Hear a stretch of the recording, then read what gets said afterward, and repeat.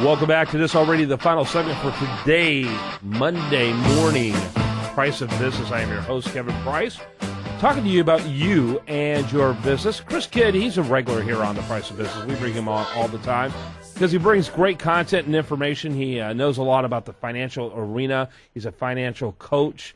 You can learn a lot about him, and he's particularly engaged with what's happening in the business of sports. We've had some phenomenal interviews just in a couple of months you've been working with us.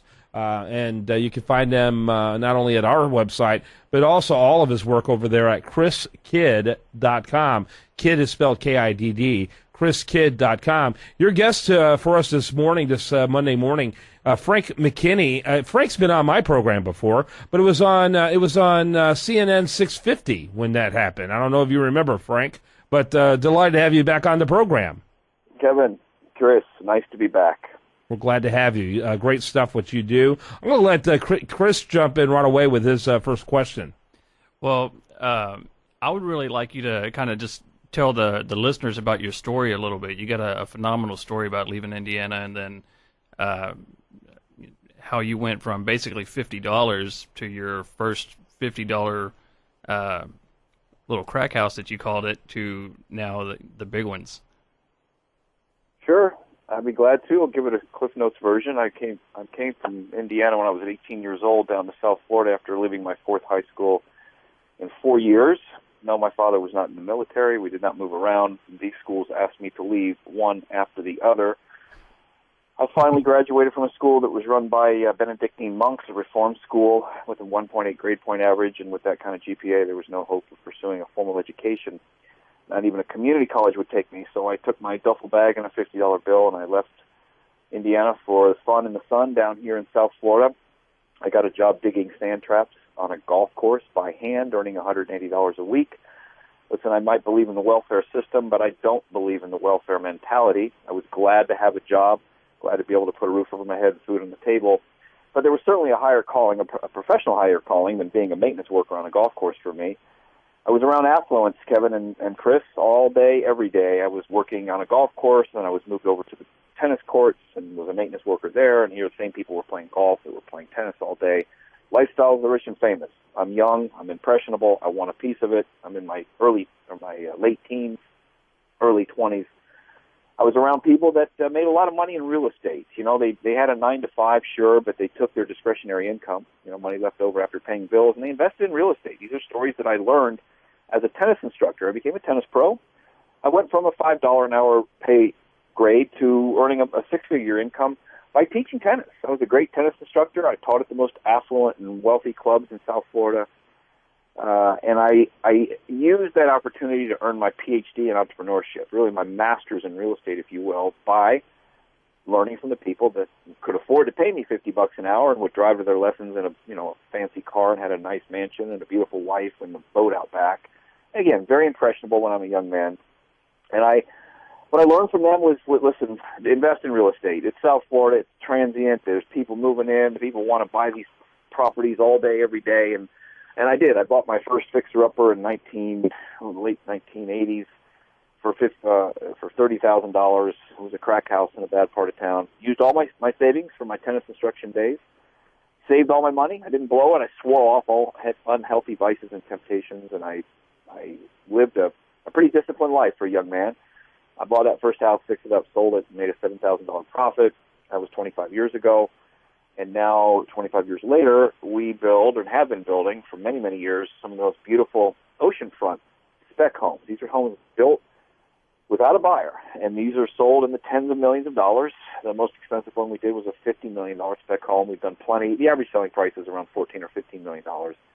But again, we build them. We take all the risks. We design them. I buy the land, design the house, build the house, fully furnish the house down to the gold-plated toothbrush in the bathrooms and linens on the beds, and then stick a for sale sign in the yard, hoping somebody will come and buy it. And fortunately for us, over the last many years, they have. Yeah, Frank, are all these properties in the Florida area? They are. In real estate, I believe you don't have to move any further than if you took a little compass that you had, a grade school compass with a pointy end, you put it in where you live, Kevin. You can draw a circle, a radius around that point, no greater than 10 miles. And you can make a nice fortune, if you will, make a living in real estate. And so, yes, all of my projects have been within a 10 to 15 mile radius of where I've lived for the last 20 years in South Florida, Palm Beach County. Very good. Speaking of being able to do real estate locally, which is a great aspect of it, you actually have an event coming up that you're going to be teaching people how that they can basically learn, some of the things that you have learned over, your, 25 years or so of experience. Tell us a little bit about that event. With a lot of resistance on my part, I wanted nothing to do with the real estate education industry, the gurus, the snake oil salesmen. I can't stand the reputation that it has, and rightfully so. So I steered clear of it for many years. I've written books that people can learn from, but I never wanted to get out there and be a part of producing my own seminars until recently, when I realized, I've been at this 25 years. I don't know if I'm going to learn any more than what I already know about how to make money in real estate that I could relate to people who are just getting started. And so as a very creative way to generate money for our Caring House Project Foundation, that as a sidebar is a charity that I started 11 years ago that had built entirely self-sufficient villages in the poorest country in the world, that being Haiti. Because I think, we've built 21 villages over there in the last 11 years, housing over 10,000 desperately poor homeless children and families, that I figured, I hate black tie events and cocktail parties and golf outings. What if I were to conduct what we're calling the Make It Big event, the anti-seminar? MakeItBigEvent.com, for those of you listening, MakeItBigEvent.com, the anti-seminar. So why are we calling it the anti-seminar? First of all, real estate education is all about upselling you, rushing you to the back of the room, selling you these expensive, inflated success coaching programs, $10,000, $15,000. People are maxing out their credit cards. They have no money left to do real estate deals. Can't stand it.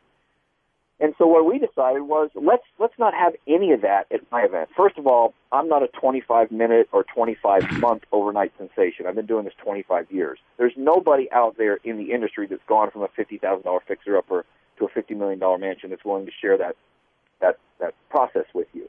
So I've developed a curriculum specific to the Make It Big event, 100-page workbook that we're going to work for. There's no substitute teachers, by the way. It's me and only me that will be teaching for an entire day at these events that we scheduled across the country.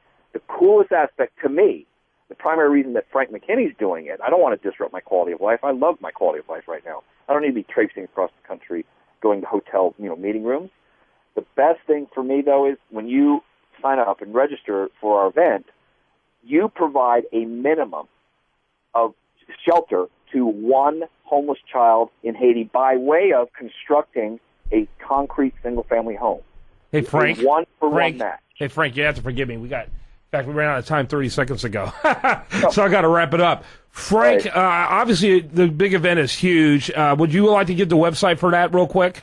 Yeah, everybody who's listening, go to MakeItBigEvent.com. That's MakeItBigEvent.com. You can learn everything that we couldn't discuss here today. Great stuff. Thanks so much, Frank McKinney. Enjoyed having you on again. Good to talk to you. Thanks, guys. Okay. And, of course, Chris Kidd. He's a regular here. Chris Kidd can be found at chriskidd.com. That's KIDD. Great interview. Frank's awesome. Yeah, I highly recommend people read his books. I mean, his book, The Tap, is probably the top book I've ever read in my life. What's the name of that again? The Tap. The Tap. Check it out. You can check that out at frank-mckinney.com, McKinney.com. I'm Kevin Price. This is The Price of Business.